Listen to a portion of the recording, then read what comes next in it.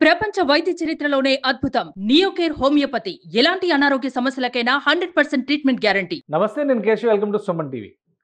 ఆంధ్రప్రదేశ్లో గత 5 ఏళ్లలో విద్యుత్ రంగం కుదేలైందని, 32,000 కోట్ల రూపాయల పైగా భారం వినియోగదారులపై గత ప్రభుత్వం మోపిందని, 49,000 కోట్ల రూపాయల వరకు విద్యుత్ రంగంలోనే అప్పులు చేసిందని ప్రస్తుత ప్రభుత్వం, అలానే ఆంధ్రప్రదేశ్ ముఖ్యమంత్రి చంద్రబాబు నాయుడు ఆరోపించారు. ఓవరాల్గా 5 ఏళ్లలో జరిగినటువంటి విద్యుత్ శాఖలో జరిగినటువంటి అన్ని అంశాలపైన శ్వేతపత్రాన్ని ఆయన విడుదల చేశారు. అసలు ఈ శ్వేతపత్రంలో ఏముంది? విద్యుత్ శాఖ కష్టాలకి, ముఖ్యంగా విద్యుత్ రంగంలో ట్రూఅప్ ఛార్జీల పేరుతో పదే పదే వినియోగదారులపైన భారం మోపడం వల్ల కలిగినటువంటి నష్టాలేంటి, వీటన్నిటినీ కూడా సోదాహరణంగా వివరించారు. ఈ వైట్ పేపర్లో ఏముందో ఆ ముఖ్యాంశాలను మనం ఒకసారి పరిశీలించేటువంటి ప్రయత్నం చేద్దాం. చంద్రబాబు నాయుడు గారు ఆంధ్రప్రదేశ్ ముఖ్యమంత్రిగా ఈరోజు శ్వేతపత్రాన్ని విడుదల చేశారు. దాని సారాంశం ఇది. ఈ శ్వేతపత్రంలో చాలా క్లియర్గా ఆయన పేర్కొన్నటువంటి అంశాలు గత 5 ఏళ్లలో, అంటే ఒక 6 అంశాలుగా విభజించారు.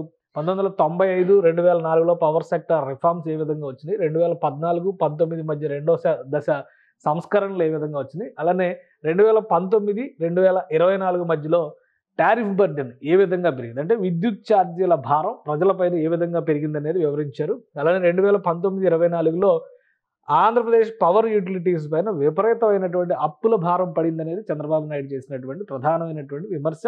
2019, 24 మధ్యలో లాసెస్ కూడా ఇన్ఎఫిషియన్స్ గవర్నెన్స్ వలన, ప్రభుత్వ నిర్వాహకం వలన ఇదంతా కూడా జరిగింది అనేటువంటిది ఆయన చేసిన ప్రధానమైన ఆరోపణ. దీంతో రాబోయే రోజుల్లో ఎలాంటి సంస్కరణలు తేబోతున్నారు వాటిని కూడా వివరించే ప్రయత్నం చేశారు. ఇది పవర్ సెక్టార్ రిఫార్మ్స్కి సంబంధించి వివిధ దశలుగా జరిగినటువంటి మార్పులు, ఉమ్మడి రాష్ట్రంలో కానీ ప్రస్తుత రాష్ట్రంలో కానీ జరిగినటువంటి మార్పులు వివరించారు. అయితే మనం 2019, 2014, 2019 మధ్య వేరియేషన్స్ని ఒకసారి చూద్దాం. ఇది ఓవరాల్గా ఇచ్చినటువంటి డేటా. ఎందుకంటే 2014లో రాష్ట్ర విభజన జరిగింది కాబట్టి 2014, 19 తర్వాత 2018, 19 నాటికి జరిగినటువంటి ఇంప్రూవ్మెంట్స్ గురించి డేటా ఇచ్చారు.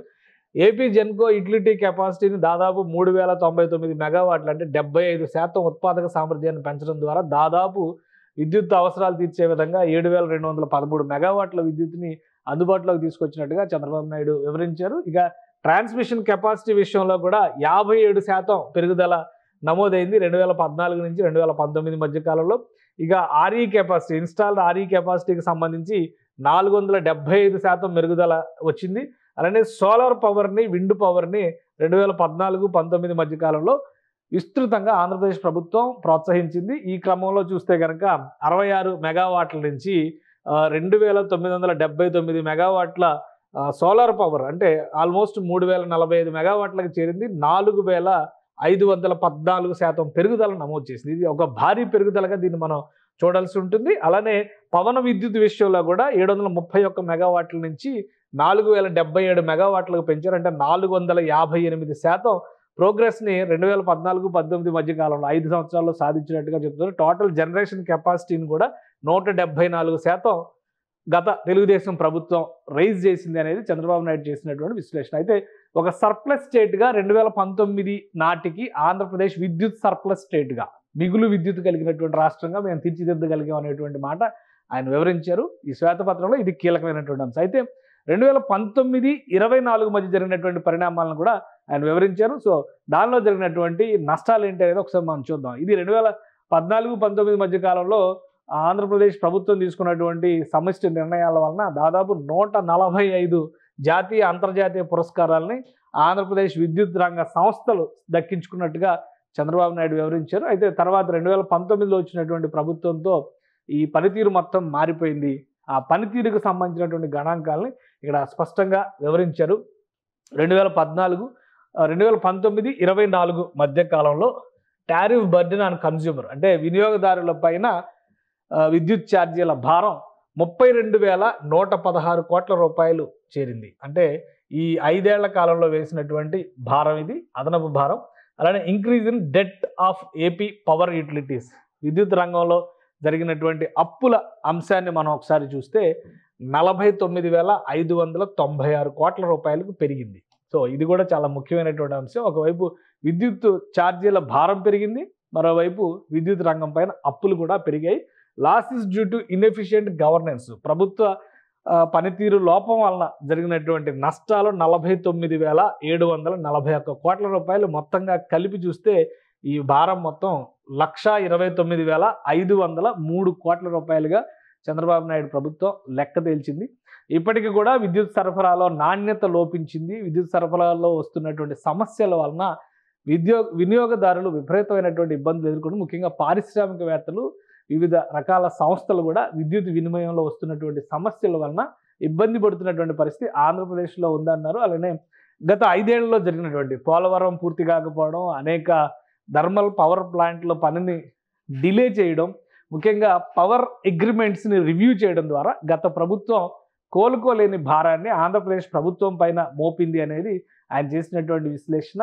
ఇది ఓవరాల్గా టారిఫ్ బర్డెను వీటన్నిటితో పాటు ఏ కారణాల వల్ల అంటే ఇన్ఎఫిషియంట్ గవర్నెన్స్ అనేటువంటి ఒక పదాన్ని ఉపయోగించారు. ప్రభుత్వ చేతగానితనం వల్ల జరిగినటువంటి నష్టాల కింద కొంత ఫిగర్ని చూపించారు. 47,000 కోట్ల రూపాయలు దానిలో చూపించారు. కాబట్టి ఆ ప్రభుత్వ చేతగానితనం అనేది ఏంటంటే delay in commissioning of thermal power plants, ముఖ్యంగా వీటీపీఎస్ కృష్ణపట్నం థర్మల్ పవర్ ప్లాంట్లని ఓపెన్ చేయలేకపోవడం, delay in commissioning of Polavaram hydro electric power project, Polavaram hydro electric ప్రాజెక్ట్ని సకాలంలో పూర్తి చేయలేకపోవడం వలన, దానివల్ల ఒక్కొక్క దాని మీద 12,000 కోట్లు, 4,000 కోట్లు ఇవన్నీ కూడా నష్టాలు. Additional impact of short term power purchase, అది కూడా 2,691 కోట్ల రూపాయలు. 7,000 మెగావాట్ల solar power system per year, దానికి సంబంధించి 3,800 కోట్ల రూపాయలు. Interest burden due to borrowings, అప్పులు తీసుకొచ్చిన దాని మీద వచ్చినటువంటి వడ్డీలు 10,892 కోట్ల రూపాయల వరకు గత ప్రభుత్వం కట్టాల్సినటువంటి పరిస్థితి వచ్చింది. Accumulated losses due to poor performance AP discoms వలన వచ్చినటువంటి నష్టాలు 9,618 కోట్ల రూపాయలుగా చూపించారు. ఇక backing down cost of all generators, దానికి సంబంధించి కూడా 3,000 కోట్లు. అంటే మొత్తం ఈ 47,000 కోట్ల రూపాయలు ఈ ఇన్ఎఫిషియంట్ మేనేజ్మెంట్ వల్లనే జరిగింది అని ఓవరాల్గా 1,29,543 కోట్ల రూపాయలకు సంబంధించినటువంటి నష్టాలు ఆంధ్రప్రదేశ్లోని విద్యుత్ రంగ సంస్థలు ప్రస్తుతం ఎదుర్కొంటున్నాయనేది ఈ శ్వేతపత్రం ద్వారా వివరించేటువంటి ప్రయత్నం చేశారు. అలానే అనేక విషయాలు అంటే ఇన్వెస్టర్స్కి సంబంధించి పవర్ సెక్టర్ అగ్రిమెంట్స్ని గత ప్రభుత్వం నేరుగా కోర్టులు చెప్పినప్పటికీ కూడా వినకుండా వాటిని రివ్యూ చేసినటువంటి పరిస్థితి ఉంది. దానివల్ల వచ్చినటువంటి నష్టాలు, అలానే ఇన్వెస్టర్స్లో వచ్చినటువంటి భరోసా కోల్పోవడం అనేది కూడా ఆంధ్రప్రదేశ్కి శాపంగా మారిందని వివరించారు. సో ఇవన్నీ కూడా టెక్నికల్ అంశాలు. వీటితో పాటు ఎక్కువగా విద్యుత్ ఛార్జీల పెంపు వల్ల నష్టపోయినటువంటి రంగం ఏదైనా ఉంది అంటే అది దిగువ మధ్య తరగతి పేద వర్గాలకు సంబంధించినటువంటి కుటుంబాలే ఎక్కువగా విద్యుత్ ఛార్జీల పెంపు వలన నష్టపోయాయి అనేది ప్రస్తుత ప్రభుత్వం ఇచ్చినటువంటి విశ్లేషణ. అది ఏ విధంగా అనేది ఇక్కడ ఒక క్లారిటీ ఇచ్చారు. టారిఫ్ ఇంక్రీజ్ వల్ల కావచ్చు, సర్ఛార్జీల వల్ల కావచ్చు, ట్రూ అప్ ఛార్జెస్ వల్ల కావచ్చు, అలానే ఎలక్ట్రిసిటీ డ్యూటీ వల్ల కావచ్చు, మొత్తం కలిపి 32,166 కోట్ల రూపాయలు ఇందులో బర్డెన్ పడినటువంటి పరిస్థితి ఉంది. అందులో మంత్లీ బిల్ కన్జంప్షన్కి సంబంధించి యావరేజ్ ఇది చూస్తే కనుక pure consumers impacted with higher tariff increase of 78 to 98% compare to 29% of middle class consumers. అంటే మిడిల్ క్లాస్ కన్స్యూమర్స్ కంటే కూడా ఈ మిగతా వర్గాలకు సంబంధించి 50 యూనిట్లు, 100 యూనిట్లు, 200 యూనిట్లు వాడేటువంటి ఈ కుటుంబ వర్గాలపైన ఎక్కువ భారం పడింది ఈ ఛార్జీల పెంపు వలన అనేది చేసినటువంటి విశ్లేషణ. Average tariff for domestic customers increased from 3.87 per unit to 5.63. అంటే గతంలో 3.87 రూపాయలకు వచ్చినటువంటి ఒక యూనిట్ కాస్టు ₹5.63 పెరిగింది. అంటే 45%, దాదాపు 50% వరకు పెరిగినటువంటి పరిస్థితి ఉంది. ఇదంతా కూడా గత ప్రభుత్వ నిర్వాహకం వల్ల జరిగినటువంటి నష్టం అనేది ప్రస్తుతం ముఖ్యమంత్రి చేసినటువంటి ఈ శ్వేతపత్రం ద్వారా చేసినటువంటి విశ్లేషణ.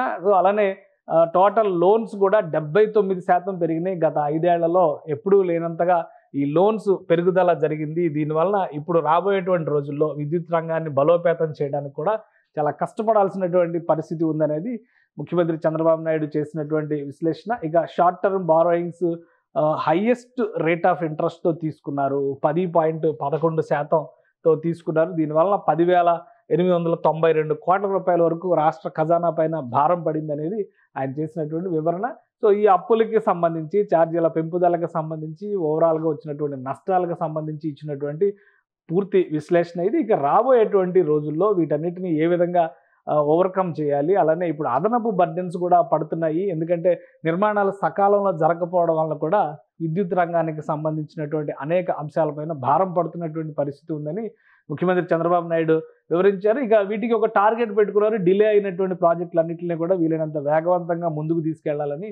ఆ ప్రయత్నాల్లో భాగంగానే ముఖ్యంగా పోలవరం లాంటి నిర్మాణాలు పూర్తయితే కనుక ఎక్కువ శాతం విద్యుత్ వినియోగం, ఇప్పుడు తలసరి విద్యుత్ వినియోగం విషయంలో ప్రోగ్రెసివ్ స్టేట్గా ఉండాలంటే కనుక తలసరి విద్యుత్ వినియోగాన్ని పెంచుకోవాల్సినటువంటి అవసరం ఉంది. కాబట్టి సర్ప్లస్ కండిషన్లోకి మళ్ళీ తీసుకొచ్చేందుకు కావాల్సినటువంటి ప్రయత్నాలు, ఈ లాసెస్ని ఏ విధంగా కంట్రోల్ చేసుకుంటారనేటువంటి విషయాలపైన కూడా కొంత వర్క్ చేసినట్టుగా చెప్పారు. అలానే ఈ శ్వేతపత్రంలో విద్యుత్ సంస్థలకు సంబంధించినటువంటి రేటింగ్స్ కూడా ఘోరంగా దెబ్బతిన్నాయనేటువంటి వివరణ ఇచ్చారు. గత 5 సంవత్సరాల్లో పడిపోయినటువంటి రేటింగ్స్ ఏ గ్రేడ్ నుంచి బి మైనస్ గ్రేడ్లకు పడిపోయినటువంటి అంశాలను ఇందులో వివరించారు. సో ఓవరాల్గా 2019-2024 మధ్యకాలంలో భారీ నష్టాలని ఆంధ్రప్రదేశ్కు సంబంధించినటువంటి విద్యుత్ సంస్థలు చవి చూశాయి. కాబట్టి ఇన్వెస్టర్స్లో కాన్ఫిడెన్స్ తీసుకురావడం, అలానే no power cuts, provided quality and reliable supply at affordable rates అనేటువంటి మోటోతో ఆంధ్రప్రదేశ్ ప్రభుత్వం కృషి చేస్తుందనేటువంటి వివరణ చంద్రబాబు నాయుడు ఇచ్చారు. దీంతోపాటు స్మార్ట్ మీటర్ల వినియోగానికి సంబంధించి కూడా త్వరలో ఒక నిర్ణయం తీసుకుంటాం అనేటువంటి మాట చెప్పారు. అయితే ఏవైతే ఎష్యూరెన్సెస్ రైతులకు సంబంధించి ఉచిత విద్యుత్ వినియోగం దగ్గర నుంచి మిగతా అంశాల్లో ఏవైతే ఇప్పుడు ప్రభుత్వం ఇచ్చినటువంటి హామీలు ఉన్నాయో విద్యుత్ ఛార్జీల పెరుగుదల లేకుండా విద్యుత్ రంగంలో ఒక డిసిప్లిన్ తీసుకురావడం కోసం శాయశక్తిలో ప్రయత్నిస్తామనేటువంటి మాట ఆయన చెప్పారు. అలానే నాణ్యమైన విద్యుత్ సరఫరాకి సంబంధించి కూడా అధికార యంత్రాంగాన్ని ఇప్పటికే అలర్ట్ చేసినట్టుగా ముఖ్యమంత్రి వివరించారు. కాబట్టి ఈ శ్వేతపత్రం తర్వాత రాబోయేటువంటి 6 నెలల్లో ఖచ్చితంగా విద్యుత్ రంగంలో తమదైన శైలిలో 3వ దశ సంస్కరణలు ముందుకు కొనసాగుతాయనేటువంటి మాట ఆంధ్రప్రదేశ్ సీఎం చంద్రబాబు నాయుడు వివరించారు. సుమన్ టీవీలో మీ పర్సనల్ అండ్ బిజినెస్ ప్రమోషన్స్ కోసం కింది నెంబర్కి కాంటాక్ట్ చేయండి.